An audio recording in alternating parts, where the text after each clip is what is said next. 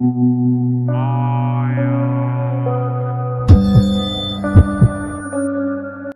To anime ranks और आज मैं एक्सप्लेन करूंगा जोजो बाजार एडवेंचर स्टारडस्ट क्रूसेडर। अगर आपने अभी तक मेरा चैनल सब्सक्राइब नहीं किया हुआ तो सब्सक्राइब करके बेल नोटिफिकेशन को ऑल पे करना ना भूलेगा।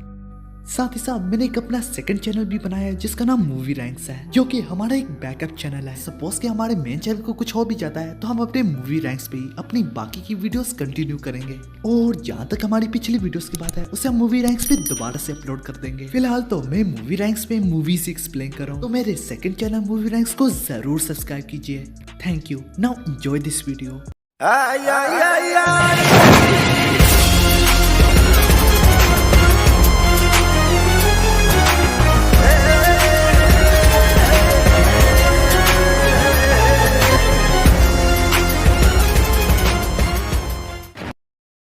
हमारी एपिसोड की शुरुआत में जैसे कि जोतरो ने उसे अपनी पिच के बारे में बताया था, जिसपे जूनियर डार्बी अपने स्टैंड का इस्तेमाल करते हुए उसकी सोल में झांकने लगता। तभी यंग डार्बी दिल में कहने लगता जैसे कि थर्मल इमेज रेडिएशन को डिटेक्ट करता है, तो इससे फर्क नहीं पड़ता तुम जो मर्जी कहो, लेकिन तुम्हारी सोल झूठ नहीं बोल सकती। हमारी सोल में झांकने से मैं किसी भी किस्म का क्वेश्चन का आंसर यस और नो में पा सकता हूँ। इसी तरह दोबारा से वो ऊंची आवाज में कहने लगता, हाई पिच, लो पिच। इसी तरह जूनियर डार्बी जोतरो से कहता है तुम्हारी pitch outside high fast ball होगी। कहते ही वो जोतरो की सो में झांकने लगता और उसका आंसर यस होता, जो देख के यंग डार्बी दिल में कहने लगता तो जोतरो तो सच ही कह रहा है, तो आखिर ये करना क्या चाहता है? इसने मेरे भाई को ऐसे ही बड़ी छोड़ के हराया था, लेकिन ये बेवकूफ है अगर ये समझता है कि ये चीज मुझ पे भी काम करेगी। जब जोतरो से बाल करवाता है तो वो बाल कर्व होती, देख के यंग डार्बी को यकीन ना आता। जूनियर डार्बी उस बॉल को जरूर हिट करता, लेकिन बॉल जमीनी होती, यूं ही वो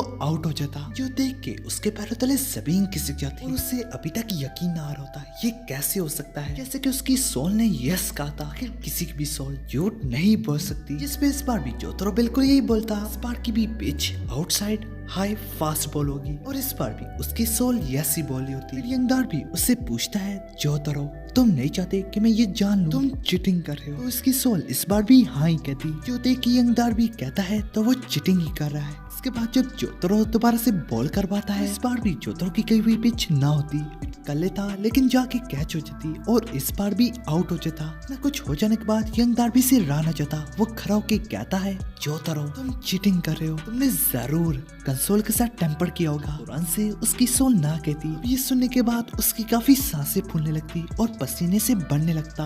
वो दोबारा से चिल्लाते हुए कहता है, मुझे पता है तुम चीटिंग कर रहे हो, अब तुम बता भी तो दो। लेकिन जोतरो की सोल इस पे कुछ ना बोलती। इस पे यंग डार्बी दिल में कहता है, हाँ मुझे तो यस और नो में सवाल पूछना है। ये बात जोतरो भी नोटिस करता है, इसके चेहरे से साफ जाहिर हो रहा था कि इस बार इसे आंसर नहीं मिला। अब जोतरो कहता है, देखने से लगता है तुम सिर्फ यस और नो में आंसर पा सकते हो, बिल्कुल जैसे कि तुम्हारे भाई ने कहा, तुम चीटिंग तब तक कर सकते हो जब तक तुम पकड़े ना जाओ। इसी में उसे अब समझ में ना होता, तो वो कहता, दोबारा से अपनी पिच थ्रो करो, जरूर इस बारे में जान लूंगा और तुम्हारी सोल को ले लूंगा। इसी तरह दोबारा से जोतरो अपनी पिच वही बताता, इस पे भी उसकी सोल हाँ ही कहती।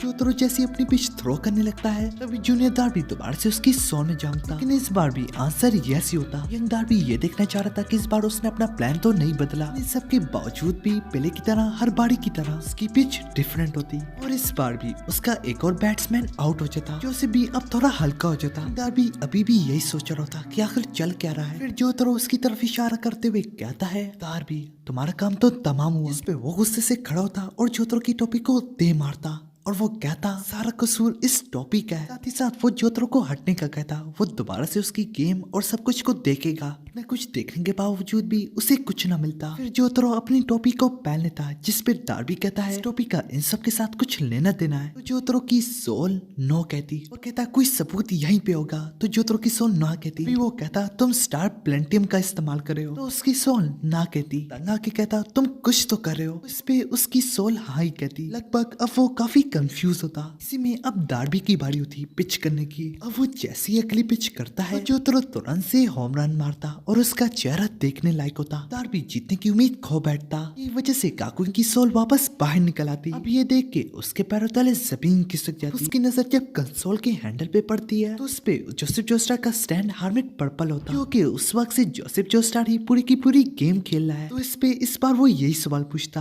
और उसका जवाब 100% करेक्ट होता। अब जोतरो कहता है बदकिस्मती से तुम अपने भाई नहीं थे, तो वो कब का इसका पता चला चुका होता। जोतरो से कई गुना बढ़ के अपने जोसेफ जोस्टार से इम्प्रेस होता। जोतरो कहता है मुझे यकीन नहीं आ रहा कि तुम इतनी जल्दी मेरे प्लान को समझ गए। जोसेफ कहता ऑफ कोर्स मैं तुम्हारा ग्रैंडपा हूं, तुम्हें किताब की तरह पढ़ सकता हूँ। जब यंग डार्बी की धुलाई का टाइम होता तो वो बैगिंग पे उतर आता, वो माफिया मांगता। तो इस पे जोतरो उससे कहता है क्यों ना तुम मेरा दिमाग ही पढ़ लो। तो आंसर इस बार नो में होता। फिर जोतरो से पूछता चलो तुम ये जान लो मैं अपना अगला वार लेफ्ट हाथ से करूंगा या राइट। और जब वो देखता तो दोनों के आंसर नो होते। जो देख के वो कहता है तो इस बार तो मुझ पे ओरा ओरा करोगे। तो पीछे से जोसेफ जोस्टार यस यस कहता और जैसे कि डार्बी ने कहा होता बिल्कुल जोतरो वैसे ही करता। जोतरो उस पे ओरा ओरा करके टूट पड़ता और उसे उड़ा के पटकता, जिसपे इल्यूजन की दीवार टूट जाती। अब वो लोग उसी की तरफ बढ़ने लगते। दूसरे सीन में हमें दिखाई जाता है दियो को चमचा दियो से कहता है माफ करना डिस्टरबेंस के लिए, लेकिन यंग डार्बी हार चुका है। अभी दियो के रूम से दियो की आवाज आती। ओह, पर डार्बी तो जीनियस था। वो कैसे हार के मुझे निराश कर सकता है। चलो अंदर आओ, मुझे इसके बारे में और बताओ। Cool ice. इसी तरह कूला इस दियो के रूम में आ जाता और उसके आते ही दियो दोबारा से कहने लगता हमेशा एक चीज का ख्याल रखना, न जाने कितनी ही मुश्किलात आगे आए, जो स्टार अपनी फैमिली को बचाने के लिए अपनी जिंदगी दांव पे लगा देते हैं। काकुइन और वो दूसरे दो, उनका नाम क्या था? ओह हाँ, अब्दुल और पोनोरेफ। वो दोनों भी अपनी जिंदगी दांव पे लगाते हैं मुझे खत्म करने के लिए। उन दोनों को लगता है मुझसे भागना ऐसे है जैसे खुद से भाग रहे हो। वो सब के सब पागल हैं। डार्बी ने मुझसे मौत तक की वफादारी का वादा किया था, पर अफसोस के साथ मुझे ये कहना पड़ रहा है कि वो मेरे लिए नहीं मरा और इसी की वजह से शायद वो हार गया। आइस, तुम जरा मेरे जिस्म पे एक निशान देखो। जोनाथन जोस्टार का जिस्म अभी भी मुझे रिजेक्ट करता है, मगर मुझे अभी भी एक शख्स के खून की तलाश है, और अगर उसका खून मुझे मिल गया तो ये जख्म भर जाएगा। क्या तुम मुझे अपना खून देना चाहोगे? जो सुनते ही कूला इस बिना हिचकिचाए बगैर अपने स्टैंड का इस्तेमाल करके अपने सर को अपने तन से अलग कर देता। तभी दियो उसकी तरफ बढ़ते हुए कहता है तुमने अपना सर काट दिया, जबरदस्त। मगर आइस, मैं इतने वफादार सिपाही का खून नहीं ले सकता। मेरा जख्म जरूर भरेगा, मगर वो तुम्हारे खून से नहीं बल्कि किसी और के खून से। इसी तरह दियो उसे दोबारा से अपने खून से जिंदा करने लगता और इसी में वो कहता है फिलहाल के लिए तुम्हें जिंदा रहना होगा। जागो और दोबारा से जिंदा हो जाओ। तुम्हारी यही वफादारी तुम्हें जरूर कामयाब करेगी। इसी तरह कुलाइस दोबारा से रिइंकार्नेट हो जाता और दियो से कहने लगता मैं आपको निराश नहीं करूंगा। फिर दियो दोबारा से अपनी पीठ उसकी तरफ करके कहने लगता अपने जिस्म से भर के कोई हथियार ताकतवर नहीं होता। जाओ और हमारे मेहमानों का स्वागत करो। अब स्कूल का स्टैंड उसे निगल लेता और फिर अपने आप को निगलने लगता। इसी तरह देखते ही देखते वो वहाँ से दीवार तोड़ के चला जाता। उसी और हमें अब्दुल और पोनारेफ के बारे में दिखाई जाता। तभी अब्दुल कहता है वक्त हमें जोस्टार ने दिया था वो खत्म हो चुका है, लेकिन इस पूरी मैशन को आग लगाने के बजाय मेरे ख्याल में हमें उनके पीछे जाना चाहिए। लेकिन पोनारेफ, इससे पहले हम आगे बढ़े, मैं तुम्हें कोई चीज बताना चाहता हूँ, तो कान खोल कर सुनो। अगर तुम कहीं खोगे, तुम कहीं जख्मी होगे या फिर तुम आगे ना बढ़ पाओ, ये बात याद रखो कि मैं तुम्हारी मदद के लिए नहीं आऊंगा। ये बात तुम भी याद रखो। ईगी, शायद सुनने में इससे कुछ ज्यादा ही करवाट महसूस हो, अगर ये बात जरूर याद रखो।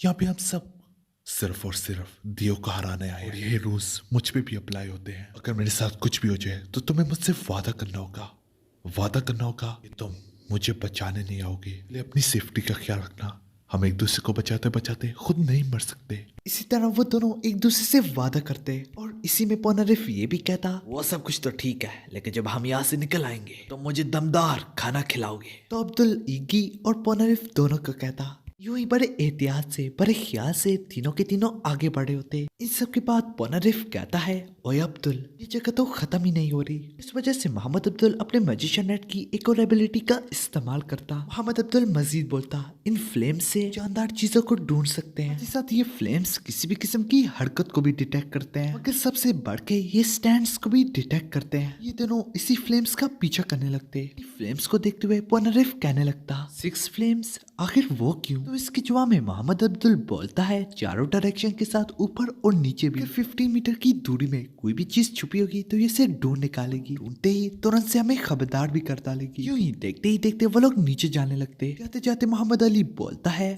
जोस्टार और बाकी के लोग नीचे ही गए थे। जाते जाते फ्लेम्स एकदम से और भी तेजी से स्पार्क करने लगते, जो देख के मोहम्मद अब्दुल बोलता है, टू द लेफ्ट, जरूर उसने कुछ ढूंढा है। यहाँ तक इगी को भी कुछ सुंगाई देता, जिसपे वो अपना स्टैंड निकाल के पिलर पे वार कर देता। अभी हमें दिखाया जाता है पिलर के अंदर छुपा एक शख्स वार से जख्मी हो जाता। लेकिन इसी लम्हे में एकदम से सब कुछ बदल जाता। देख के पोनारिफ कहता है, क्या तुमने देखा पूरी की पूरी मेज बदल गई? तो अब्दुल कहता है, दिखने से लगता है कि इसका स्टैंड इल्यूजन क्रिएट कर सकता है। इसके बाद दोबारा से वो लोग आगे बढ़ने लगते। तभी वो आखिरी लम्बा होता मोहम्मद अब्दुल के लिए। मोहम्मद अब्दुल एक पिलर पे लिखा हुआ देखता है, जो भी इससे पढ़ रहा है। अगर वो पीछे मुड़ा तो उसका खात्मा हो जाएगा। जो देख के अब्दुल कहता है, यहाँ तक मेरे फ्लेम्स और ईगी ने भी उस सेंस नहीं किया। अब मोहम्मद अब्दुल जैसे ही पीछे मुड़ के देखता है, वो गोला इसके स्टैंड को पाता, जिसमें मोहम्मद अब्दुल अपनी जान बचाने के बजाय पोनारिफ की जान बचा लेता, अपने ही वादे को तोड़ देता। इसके चलते ही मोहम्मद अब्दुल इसी चक्कर में अपनी जान खो बैठता। पोनारिफ देखता है तो वो सिर्फ अब्दुल के हाथ ही पाता। जो देख के पोनारिफ इगी के पैरों तले जमीन खिसक जाती। देखते वो स्टैंड दोबारा से नजरों के सामने आता। इसमें पोनारिफ बोलता है, अब्दुल के फ्लेम्स उसे क्यों ना ढूंढ पाए। तो वो इगी से पूछता है, ओए इगी, क्या तुमने भी उसे भी सेंस नहीं किया? अगर इगी अभी तक उस लंबे से बाहर ही ना निकला होता। जिसपे पोनारिफ अब्दुल का नाम चिल्लाने लगता। वो कहता, कहाँ हो? जिसपे गोला इसका स्टैंड कहने लगता, वो मर चुका है, यहाँ तक उसका हाथ के अलावा कुछ बच्चा भी नहीं है। वो स्टैंड कहता, मेरे मुंह के अंदर एक ना खत्म होने वाली दुनिया है, मतलब कि दूसरी डिमेंशन, जिसे यहाँ तक मैं खुद भी नहीं समझ सकता। अब तुम दोनों की बारी है। इसी तरह वो अब्दुल के हाथ भी निगल लेता, लेकिन पोनारिफ इस पे यकीन न करता और इसी में हमारी एपिसोड खत्म हो जाती। वीडियो पसंद आए तो लाइक करो। अगर पहले से नहीं किया तो सब्सक्राइब करो। साथ ही साथ मूवी रैंक्स को भी सब्सक्राइब करो। अरे कर दो ना।